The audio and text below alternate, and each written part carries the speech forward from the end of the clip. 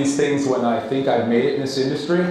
Having Rand Fishkin as your opening act is pretty cool. And I mean that exactly as Seth said it, is Rand gave us some really good data to start with about there's all the money spent in paid, a little bit spent in organic, and so what we're going to talk about is this idea of putting them together.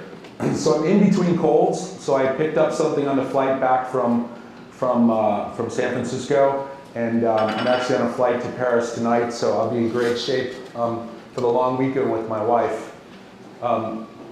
So I wrote this book, co-wrote it with Mike Moran a couple years ago when I was actually managing search globally at IBM. I've had 2 agencies, sold them. Each agency has been because of an epiphany.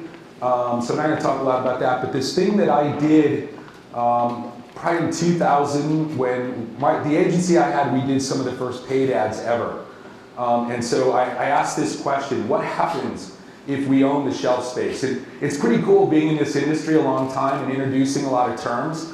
I'm not one of those people that sort of puts my stamp on a lot of things, but this idea of shelf space and co-optimization, I've been talking about this since 2000 and nobody really cares. And I built a tool that we'll talk about a little bit, but it wasn't until about 2 weeks ago when Google put this little functionality in AdWords that people even cared about this. So we're going to talk about it. Hopefully we get more people. It was very good to hear, I think it was Stefan from Ancestry talk about this a little bit yesterday.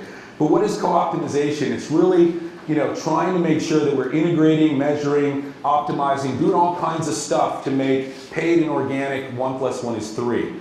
At every conference I've ever been to where we've had this topic, it's always been paid versus organic. Why do they get 40 million and we only get 5? Why do they get this? Why this? Well, it's just the way the world works. So how do we make them work together? All right, so I'm going to talk about this screenshot in a moment, but I just want to throw it up. This is what I mean. Here is Adobe. Adobe has a paid ad, they're #1. They have an amazing site link structure in organic.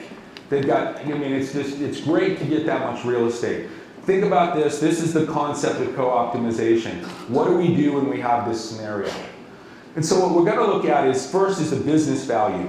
The first thing is that, can we identify missed opportunities? And I'm going to show you some data directly from Google. And I really like to do this. I can be a nice little burr under somebody's saddle. And Google always calls me and says when they're going to release an interesting report and say, we want you to see this, we want you to go ahead and write your rant about it, and then we'll put out some sort of change to it later. Which is what's happened with a couple of them, because I like to take their data as they give it and basically use it against them. But really, that's what it is. How do we identify how to make this 1 + 1 is 3? Where are we finding missed opportunities? The other is maximizing PPC budget. So again, I said I built this tool, and I never really wanted to show it to agencies because every agency person I know, and having run 2 of them, they actually, paid is the bread and butter. And they just will not do anything that sounds like we're going to do away with paid. SEO people, we're ranking #1, why are we buying this term? That strikes fear in every paid search person's mind. And so, but that's not what it is. It's how do we stop the cannibalization and how do we make it work better? Maximizing search shelf space, exactly that Adobe scenario. And I love bullets because 2 months from now when you pull up this presentation, you're going to know what the hell I meant. If I have a nice little picture of a sunset, that doesn't tell you shit. So, I am a fan of bullet points, and as we go through some, there's workable tips. So, I love Rand. I've known Rand a long time. All right, so co-optimization success. Let me give you one little success story and talk about this. So, here's an example. I blocked it out to protect the stupid, but. So Acme, they were buying their brand on on broad match and exact match. And if we look at this data really quickly, we see here that they were spending, I guess I got a point somewhere, it's not highlighting. Anyways, you'll see there in the blue box, media spend. So on broad match, they spent $202,000 on the ads and they made revenue of $107,000. But at the same time, organic made $79 million. Sort of a no-brainer. We're losing money buying broad match on our brand name. But we can't really say that on exact match because we sold, 143 in media spend, 2.8 million in paid. We can make a case. But again, remember, organic drove 79 million. But what's down in the blue box is where we want to look. These are words where we're spending money to bring traffic, and we have no organic. We can fight all day long. Should we buy our brand, not buy our brand? I don't think in this case we should buy it on Broadmatch. There's absolutely no reason. By the time, this is a company that's been doing this for 8 years, they no longer need to test on Broadmatch for their brand name. They already have those words in other groups and they're doing very well. So what came out of this? We simply did this analysis, and the first thing we found is $300,000 in PPC savings in 40 days. Now that didn't come from, we could have whacked it pretty hard by simply taking away that Broadmatch, but it was finding keywords that we weren't ranking for and getting ranked for them. And those clicks were then cannibalizing paid. Because as Rand said, we have to earn ranking. We can't just buy it, we have to earn it. And so when we earn it, it's typically often a more relevant listing many times than paid in the eyes of the consumer. That's why the click rates are so separated. Why do we click organic? Because paid sucks. The ads we create, we have the best opportunity to laser precision target, and we don't use it. All right, organic, let's show some organic love. $250,000 in incremental SEO revenue in 60 days. That's because words that we were spending money on, especially high click rate, we now started to rank because we focused on them and actually drove revenue. All of this resulted in them saying, wow, we need a full-time analyst. And they spent money to put a full-time person in their company to do nothing but monitor this cross-optimization. All right, so data alignment. First thing we need to do is sort of get our data together.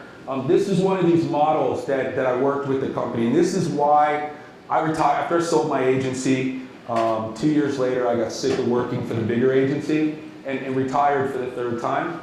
And the problem is whenever I retire, my brain starts to free up and I get relaxed and I start thinking about all the shit I did wrong, like sort of Rand was saying, you think about all the mistakes and you want to correct them. And so the biggest mistake I saw is people, how they were managing their keyword data. If you think the essence of search is our keywords, and it's the most squandered resource we have. Most people, we have it in Conductor. I did a survey and asked, where do you manage your keywords? 98% of people said they manage them in Excel. And those of you that have a lot of words know that Excel is not functional. The next biggest one, I have it in my bid management tool. That's not managing your keywords. So here's an example. So this was a company, paid search spend $20 million, we asked all kinds of managers, what are your most important words? The net total of that was 1,120 words. The SEO team said we have 98 important words. These are words we're breaking rocks on every day to try to rank for. So why is there such a difference between 98 words that are important in SEO and 1,100 words that are important to the company? Right away we had our first disconnect. Then I said, paid search, 187,000 words in paid search. All of them equally weighted, equally budgeted, equally distributed. That was crazy. Why aren't we spending more on this? Well, because we have $20 million and we can afford to waste money. Omniture, I went into Omniture and said, find me every word that has more than 20 visits to our website in the previous month.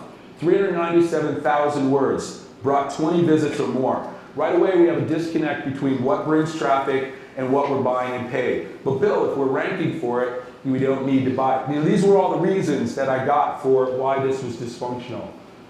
SEO tool, they had a tool, it wasn't Conductor. They had an allocation of 10,000, but they only had just short of 300 words. Why? You're paying for 10,000 words, load that up. Anyways, 4,887 words, had words in PPC that were also top 3 organic. This is where the sweet spot is. Top ranking paid, top ranking organic. The reason this was dysfunctional, there hadn't been a single meeting or interaction between those two teams in a number of years. They didn't have a global search manager that was saying this or this needs to collaborate. There was another case where I did a similar model where a paid agency was different than the SEO agency and they refused to share data because you might find some super secret IP in seeing how we manage your paid words. So they were never allowed to share data.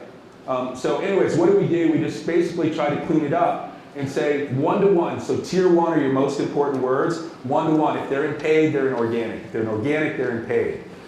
We found 2,700 words that were absolutely cannibalizing SEO, meaning when we day parted them or turned them off, equal or greater amount of revenue was generated on the organic side. Now, it wasn't true for every word. Remember, there was 34,000 some odd words in paid, but this many, almost 3,000, were absolutely 100% cannibalizing organic. We were paying for traffic we didn't need. That shift alone saved $180,000 in the first month. Now, we didn't say, PPC agency, write us a check for 180K. No, we said, put those words, heavy them up on the words that are important to us that we don't rank.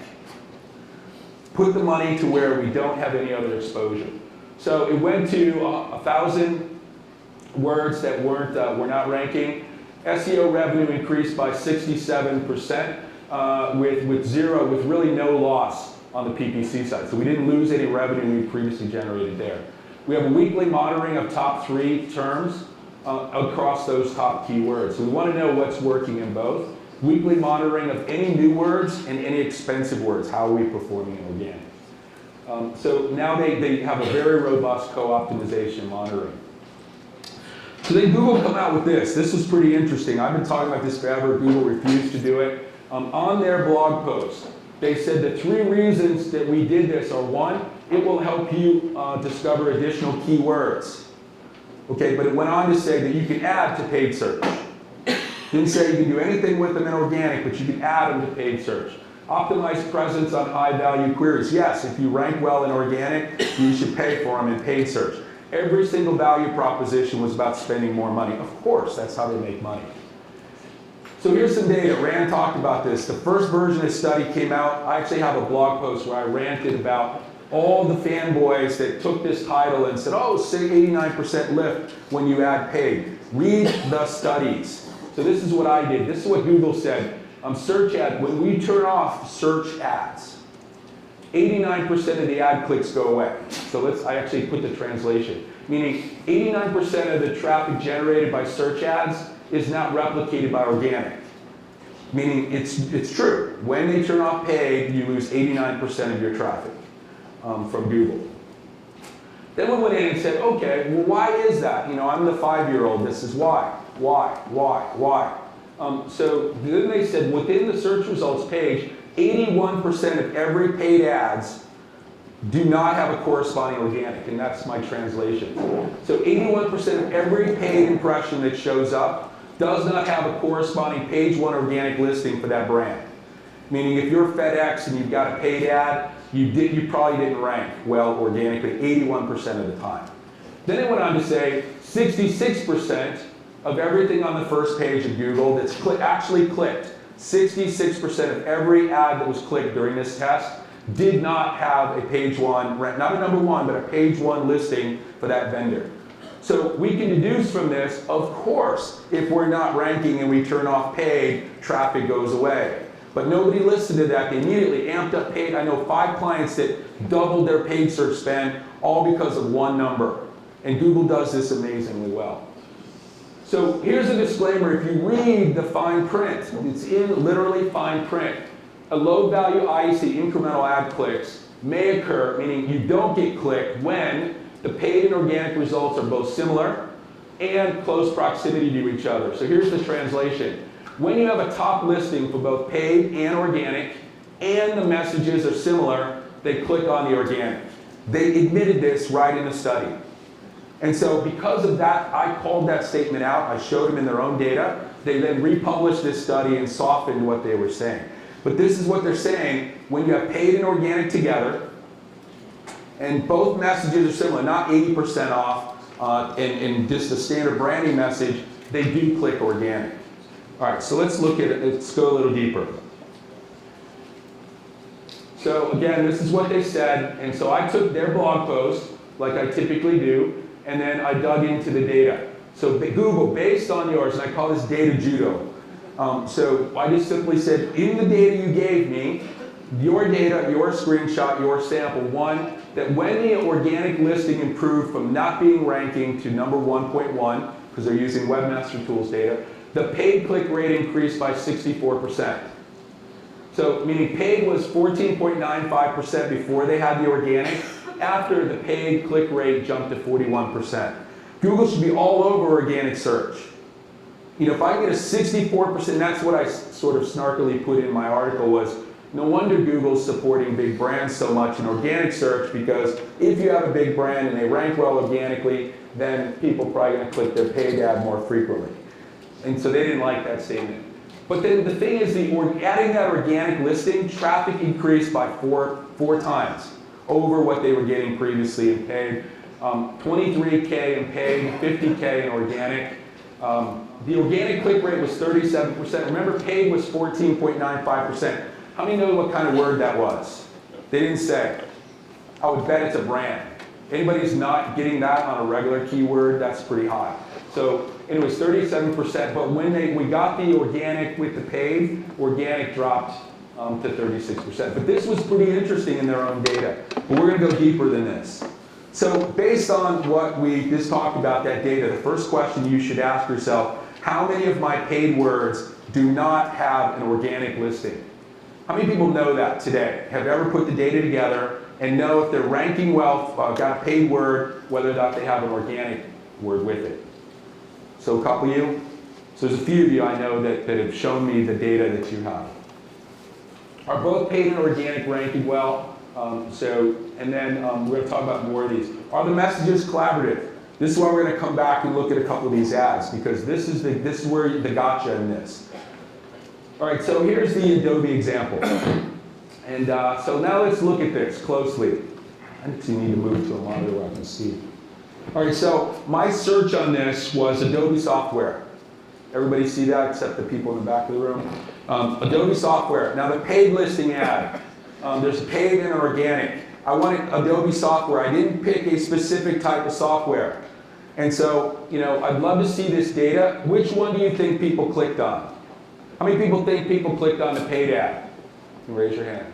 1, 2, the paid people in the room. How many people think they clicked on the organic? Okay, so I actually know the data on this. It was actually paid by a significant number.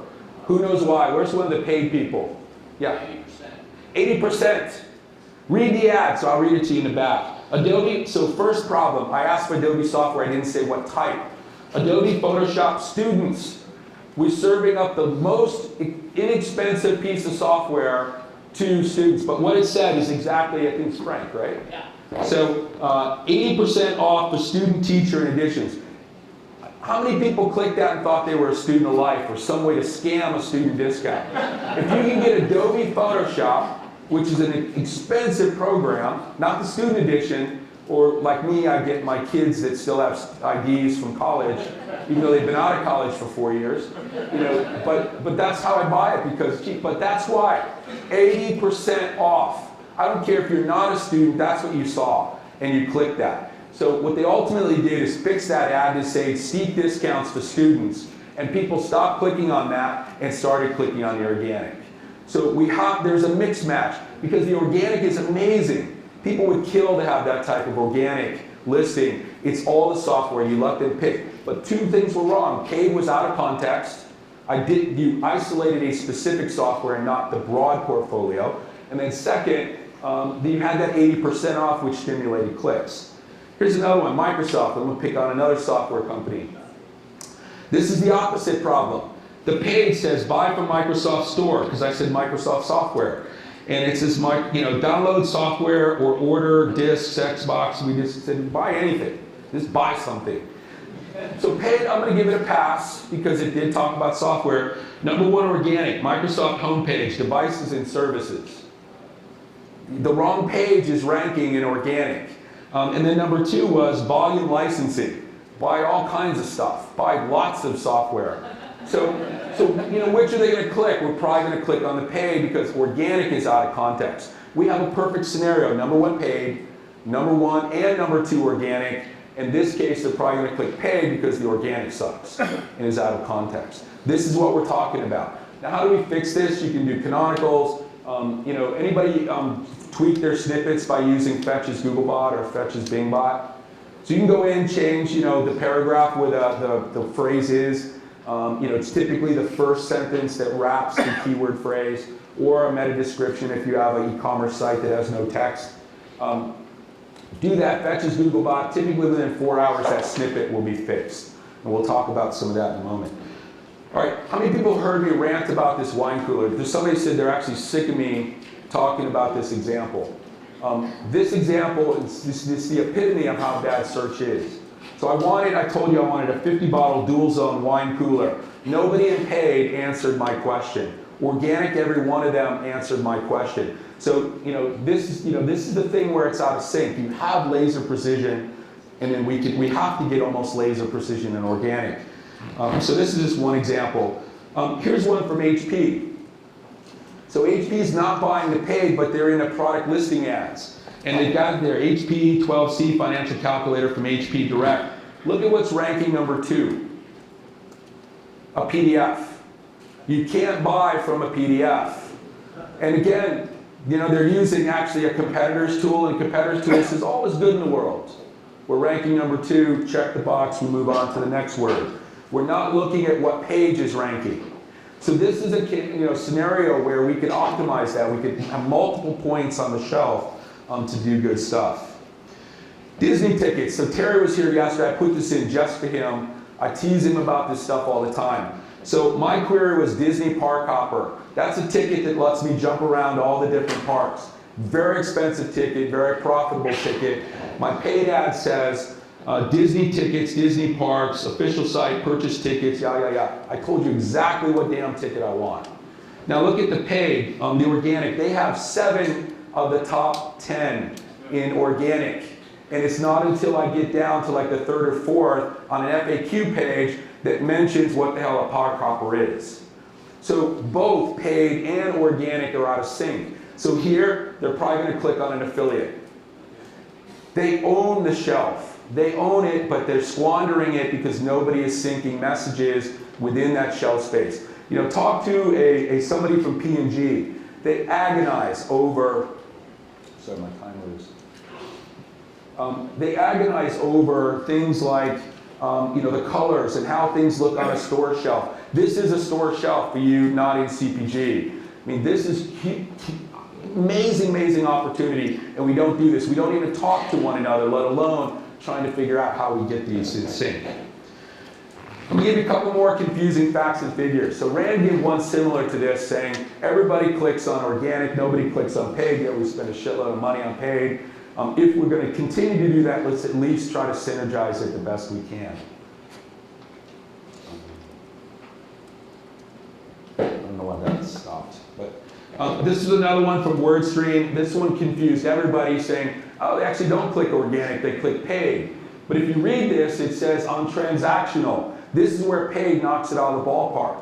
The 80% off we saw. They're going to click that 80% off all day long because it's transactional. We're trying to convert. We thought the sale process. In organic, if we can get anything to rank, the PDF will take it because we don't look at what page. So this got everybody all squirreled. Oh, maybe SEO doesn't work anymore. Because they click, no, it's transactional ads, and it does work like it's supposed to. We just don't do a good job on organic.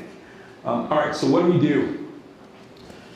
So why don't we do this, I guess, is a big question. Number one, search programs are siloed, just plain and simple. When I ask a company, have you ever combined data? No, we can't do that. It's too hard. People assume this. I had one company say, no, my agency's doing that. I said, where's the data? Have you ever seen the data? No. Ask the agency, no, we can't do that because we can't get the SEO data. Lack of agency collaboration, they don't work together. Other things, no tools to do it. Well, there is, but nobody wants to use it. I've had 47 people do very big data with as much as 8 to 10 terabytes of data. And number one thing, everybody comes back and says they don't have the time and budget. And the big one, it seems too complicated. They see this model. It shows that they can make a ton of money, both efficiency and revenue, but they get scared. People get scared by data, and they get scared by the amount of work they have to do to make this work. All right, so yeah, the last one is my one more dig. We're brainwashed by the data. So we're told paid is good, organic's bad. That's why we don't do it. Basic workflow in a simple thing, 3 steps, which I think is somewhat washed out. Keywords. What keywords do we care about? You're not going to do this on a million words. What keywords do we care about? You're going to model the data, put it together. Simply, I did the first one of these in Excel, the second one in Access, and then I spent almost $300,000 of my own money building a tool that actually does this at scale. So you can start with Excel and then work your way up. Google now offers it. You just need to sync it with your Webmaster Tools account. So what are my tips? Number one is use a control and test group. Take a set of words that are currently ranking well, top 3 organic, top 3 paid, put them together, and then see exactly what's going on. Leave the control, don't make a single change to it, but then the next set of words, actually tweak the organic snippets. Make them look good, and then tweak your paid to see. Make them opposite, make them the same. That's a great test. We've seen a lot of companies taking whatever is knocking it out of the park in paid and changing their meta description or integrating that offer onto the paid, onto the organic page. Ensure both paid and organic are able to measure. We get this a lot. People want to do this test, but they can't measure conversions on organic, which is crazy. How can you measure it on paid, but you can't on organic? Because we don't have tags in place or whatever. So you got to be able to measure conversion, because what I don't want people to do is to do this and then sort of say that one is better than the other when paid might actually have more conversions. So you absolutely have to look at conversions. Do your tests across devices. So this is another thing that we're finding out. When Google moved to enhanced campaigns, there really is no more unique mobile landing page. And so imagine you're Adobe or anybody with software to download. You can't download it to your mobile phone. You can't download it to your tablet. So the numbers are going to be skewed. Well, nobody's converting over here or in this one. So make sure that you're accounting for mobile and you're accounting for tablets. All right, so the next step. First, figure out where the hell you're at. Current state, how am I doing? The big question, how many of my paid words do not have corresponding organic? And then but most importantly, if you do one thing, and I really, really, really want to hear about this, to go back, find your paid person, say, give me the list of my 20 most expensive words by cost per click. And then go to the SEO person and say, tell me where I rank for this and what page. And so I did a presentation last week at SES, and I had 8 people, so I'm up to, I think, 137 people that have actually done this test and responded. So far, 99% of the people had less than half of their words. Only 5 of their words that they were spending a shitload of money on per click actually had a corresponding organic rank. That's the first place to start, and I'll show you some examples. So here's my Microsoft Access version of this. This is for a big company. They make computer stuff, not IBM actually. Only 6 of the 30 highest cost per click words had a corresponding organic rank. They couldn't believe this. They said, no, we're this big ass company. We should be ranking. We deserve to be ranking. Well, size of your company isn't one of Rand's factors. So you can't buy your way in because you're a big company. Here's how I look at this now. So this is actually a real company as well. 20 highest cost per click words ranging from $12 a click to $10 a click. Not a single one of them are ranking. And like I said, 137 people as of last week have sent me an email and said, Bill, I did this test and we suck as bad as these guys do. But think about it, if you're spending $12 a click, for every click you can divert through organic that actually goes to a good page that can convert, that's $12 you save. And again, it's not a paid versus organic, and we're going to look at some examples of when they get together. All right, so tips, ensure you have adequate budget. This is the big thing that came out of Google. That analysis I did, if you read the article that was linked to this presentation, I said, one thing I've encountered with people that's automatic that start ranking well is they run out of money on the PPC side. You budgeted $10,000 for this set of words, and none of them were ranking. Now all of a sudden you start ranking, and you get that multiplier effect. So your paid gets clicked more, and you run out of budget quicker. If you start ranking, so using, if you look into Conductor and you see all of a sudden, you have a happy day on Monday, and I told my wife I would quote Phil from Duck Dynasty, you'd be happy, happy, happy if you come in and you see that you have a bunch of new words ranking. I would go to my paid brethren and say, hey, I have a bunch of new words ranking, high five me. How are we doing in paid? What's the impact on paid? You might run out of money because of my goodness. You rethink your budget for these words because I rock and I rank for these now. I bet it's having a positive impact on you. So that's the first step, is what's happening, and do you have adequate budget to account for that? You know, because the thing you want to do is once you have organic, you now have all three parts of the equation. When I have paid only, what's happening? What's my conversion rate? What's my click rate? What's my traffic? When I start ranking, I now have two parts, paid and organic. Now, we're not going to turn off our organic because we busted our ass to rank. We're going to day part the paid and see what happens when we have organic only. When you have those three pieces of data over a decent sample size, you can actually say, when paid and organic are together, this happens, meaning paid either cannibalizes organic or it complements it. Monitor brand and non-brand. It's vastly different numbers between brand and non-brand. So you want to think about that. Now that leads me to this, proximity. Remember what Google said in their fine print. When both rank and the messages are relevant, they had one more fine print that said, oh, by the way, when it's branded, it's off the charts, they click on organic.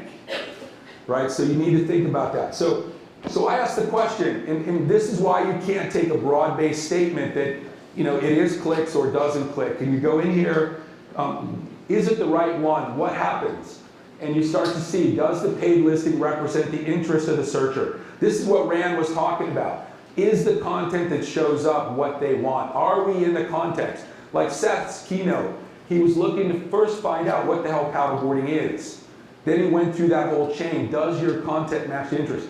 9 times out of 10, I used to have this thing called Keyword Olympics, where I found that companies rarely match what the searcher wants. We want to sell them something. Somebody could do something like, you know, surfboard with a paddle. It's like, buy our damn paddleboard. That's what we have in paid. You know, we don't say learn about it because it's not monetizable. What is the organic listing? That HP calculator was a PDF, but we were fat and happy with how it was performing. Does the organic represent the interest? Same thing. Is it branded? Is it really matched? So these are the things you need to ask yourself when you have that. Here's a little report that I do. This is sort of like the money shot when it comes to co-optimization and really trying to explain this. So this is a company, I blocked out their keywords to save them embarrassment. In this case, their PPC revenue for the first word, exact match, was almost $600,000. Now this is a word where paid search was #1 and organic was #1.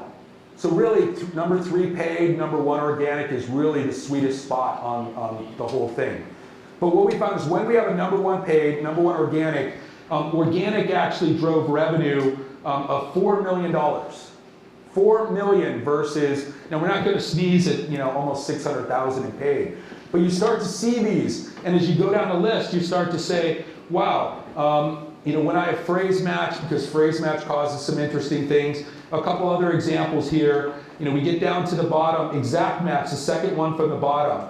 We made almost $1 million in organic. We had 0 sales in paid, but yet we're ranking #1 and #1. So why is nobody buying via our paid ad, but they're buying via our organic? This is what you want to see. This is when we have same ad, same message, top ranking side by side, it really brings home the thing. So first, test your match opposite paid and organic. One is the sales, one is brand, one is sales. See what they do. Change organic snippets. So we had a company that went in and they had a great site link like Adobe had, and they had a page that was their tickets and deals. It said tickets and deals. And so what they did was they took the same ad and paid, said, you know, 30% off, made the title tag of that page that was ranking in the snippet 30% off tickets. And next thing you know, that was one of their most clicked links because now they were monetizing offers inside of the organic snippet and drew all that traffic out of paid, even increased the conversion rate on what they were getting over paid. Again, change the HTML titles to match some of the intent of the searcher. Find the best combination and lock it down. Just run the shit out of it on paid and organic when you find the combo that works. All right, find anomalies. Are we still good on time? Because I lost my timer, so. Seth? Good? All right, I'm assuming yes. So one is, how do I maximize this? We want to find outliers. When both ranked, does one convert better than the other? And here's 2 screenshots, and I love these. This is paid. So this is why paid gets the big bucks. Because they're showing that, in this case, they made $146,000 because paid converts better than organic, 0 conversion. So why is that? My question is, can I go to that paid ad and that paid landing page and see what the hell they're doing there that's getting these conversions? And can I take that ad and integrate it into my snippet and get conversions? What we often happen is in paid, we narrow channel people. How many people, somebody talked about site search yesterday. Here's a question for you. On your paid search landing pages, if you have a search box in your masthead, how many people know from paid search landing pages what percentage of people go through their search box? If you want to know you have a too tightly focused a paid search landing page, look at that number. I saw one recently was 98%. They paid for people to click through. They come to the paid search landing page, 98% went through the masthead to find what they wanted to find, not what you wanted them to find. All right, but this is paid search. They love this. Let's learn from paid search. This is my favorite. 2 things here I want to call out. One is we got a page in organic that made $729,000, and we made what? $9,000 in paid. No, we're not going to gloat over that one. We'll let them have that one. But what are we doing on that organic page that they can do in paid? I love the next line. Paid has a 51.2% click rate. And they just knocked it out of the park on revenue, didn't they? The ad is amazing. The ad is clicked, 51% of the time. And they made a whopping $34. That's a rounding error. That's somebody that's sort of rounding. And organic with a measly 4.28 did $348,000. Imagine if we took whatever the hell is on that organic page and put it on that paid landing page. Imagine with a 52% click rate with whatever's causing conversions on organic, what's going to happen? Put the 2 together. Create that sort of peanut butter and jelly moment where you're finding anomalies on both sides of the equation. Maximizing the self. This is one that's really, I haven't really had a big rant about this yet, but this is when we start talking about digging into the data. Imagine using product ads and stuff where you actually are taking things like what's popular. I actually talked about this once quickly. I was searching for a dishwasher for my daughter. I searched at home looking for a small dishwasher, and she lives here in Manhattan and needs a tiny one. And so nobody showed me the tiny one, yet everybody lives in a tiny apartment in New York. So that was the thing, but we looked at the data, but I was encouraged by Sears when I actually clicked through. And what I saw was this. This is actually the product that everybody buying from Sears.com was buying. This is the same product that was up in their product ads, the same product that was mentioned in their paid ads. They mine the data to find what sells in what city and use geo-targeting with that product from their database to make sure the intent of what people wanted or what sold in a particular area worked. So this is the next generation. We got paid and organic. Now let's start thinking about how we can use big data with product ads and get some really cool stuff. So maximizing shelf space is how are the assets collaborating? Rand talked about this. Are all the pieces working together? What is the intent? Why did they do this search? What were they looking for? The device is critical now. What are they searching on? Are they down the street or where are they? The location, again, is another thing. Tells you a lot about what they might want. If price point is optimal, I could have went down this PLA thing. I hate it when I refine a query and it went from a $300 product to an $800 product and there's no logic of why the product set changed because nobody's looking at the data. So sort of wrapping up, the key successes to successful co-op are 1, understand the real performance of the words. Are they performing on their own? Are they performing because paid or organic is boosting it? Why are these words performing? Understand the intent of the user. What do they want? When I want Adobe software, don't try to sell me a student version of Photoshop. Let me see what I want. Proximity, really got to get that. When your paid and organic are side by side, how are they doing? Even if you just do the simple Google search or Bing search and see, are they in sync? We find a lot of times they're contradictory, or it's the wrong business unit, or any number of problems. Do anything with this data other than just collecting it in Excel. Put it together somehow. Start with the 10 most expensive words. Start with the 10 words where you have paid and organic. Start somewhere, and then from there, see if it makes sense to do wider modeling of this. And thank you.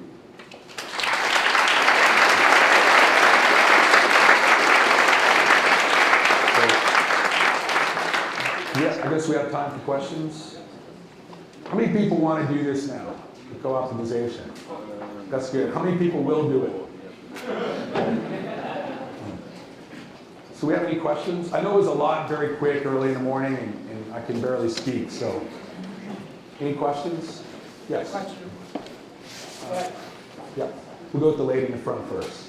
Whenever you pull the list, to get the list of most expensive keywords, do you request that they be exact match, or is it a mix of all of it? Usually I get a mix of everything with free So I was hoping somebody would ask, I wish I had like an iPad or something to give her as a gift. But that meant she was thinking, because if you do any match type, it's got to sync. You want to get that from exact match. Absolutely should be exact, because that's exactly matching the organic. So yeah, get the top 10, 20, 50 exact match, because that's when it's a one-to-one relationship. I think there was one in the back. Sorry, we'll get yours. Hello. Yep. Hi, I work for a retail apparel e-commerce site, and I'm struggling with the PLA piece of this. And have you seen anybody do this optimization or co-optimization with PLA and how that fits into the equation? Yeah, so this is one, and if somebody tweets this, I guarantee I'll get a call by the end of the day from Google. So yes, the guys at CDW do this amazingly well. They're, your companies buy all your hardware from them. They do this amazingly well using things like geo-targeting, a crazy amount. It's not easy to do. I think this is a business opportunity. If nobody wants to buy my other tool, then they're clearly not going to want to buy this one. But I mean, that's the whole thing, is it's out there. Retailers should be all over this. Does something sell better in one city versus another? And just start mining the data. Find somebody, one of these data scientists that seem to be floating around now, and let them just mine it and see. Does one sell over the other? Does one size sell over another? And then you can negative that out and geo-target that so that that's actually the picture that shows up. And also, don't squander these pictures. Make sure that they're good, crisp pictures, because people are clicking these. So for retail and e-commerce, I think it's an amazing untapped opportunity. It's just a lot of data mining that nobody seems to be willing to do. But CDW, David, I think David Yao or David Lau, he does it extremely well over there. Yep. Oh, okay. Is David here? Oh, it's probably this SEO guy that's here. But anyway, tell David I gave him some props for what he's doing. I will. Ren Lacerda from Bisque Education. Some of the top keywords from our paid team use terms that I'm forbidden to use on organic pages. One of the examples that I give, I have certificates, and they use certification. So therefore, some of the keywords will be really hard for me to rank up and get top page. Should I discard these keywords that I cannot, it's going to be close to impossible for me to rank, or if there's anything else that I can do about it? I'm going to be good since it's early in the morning. I fired 2 people for being afraid of keywords. Yeah, I mean, that's, to me, honestly, that's an excuse. But yeah, it has to be exact. So if your paid is certification, and then organic is certificates, that's not a match. You can try to make it, but what we'll find is that's exactly the test. Which one do they click on? Which one does the user like? And so that's in the messages. I would test both. I would tweak my meta description, because even though you have certification in the title of your organic page, in your description, your body, you can have certificates. A wide range of whatever, automotive repair certificates can be there. So you want a one-to-one match, then you can go to a broader, sort of one-to variation type match. Did that answer it, or did it actually insult you?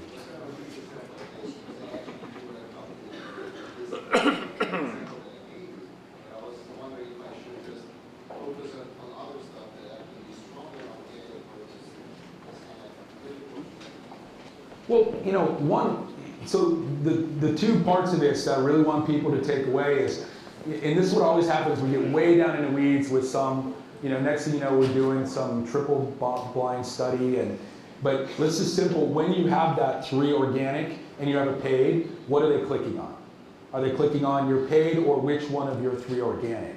You know, and that's what you want to see. And then if you tweak any one of those 3 organic or that paid, does anything happen? So, you know, when you have 3, that's a gold mine.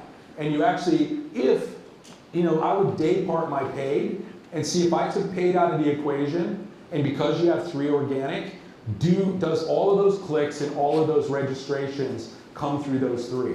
If they do, I would leave that paid turned off.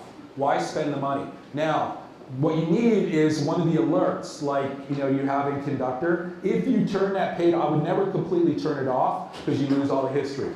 I'm waiting for some paid search person to jump on. You lose the history, damn it. But you day part it so that you don't lose the history and it doesn't run as frequently. But then what you do is you put the alert in Conductor or whatever tool you're using. I think you guys use Conductor. That when any one of those 3 actually stop ranking, or your click rate hits a certain threshold, it decreases, you need to turn amp the paid back up. This is a mistake people make. They make the business case like you're getting like 3, they click on it. I was able to take all the paid into the organic, let me stop the paid. You do something, one of the panda or penguin or something like that, and you lose your 3 organic, and you're screwed because you have no paid. So you gotta set that warning on organic. Those you're not ranking, now all this is a workflow thing to say, look, if I'm spending $27 a click and $280 to generate that lead, and I have no organic, probably the one that's the most expensive cost per action and the most expensive cost per click, that should be the first word that I work on today. Because if our paid search brethren are willing to pay that much, that's an important word. And why isn't it important on the SEO side? Because you're chasing some stupid, not you, but KEI or some crazy number like that that's totally worthless. You know, it's like you want that word, you need to rank for that word. So that's where it gets sort of squishy. Don't give up. Yeah, just keep going. All right. Good. So I think that's it. I'll be around probably till after lunch. So if you have questions, which I'm sure you do, come see me. And thank you very much for the opportunity. Thank you, Bill.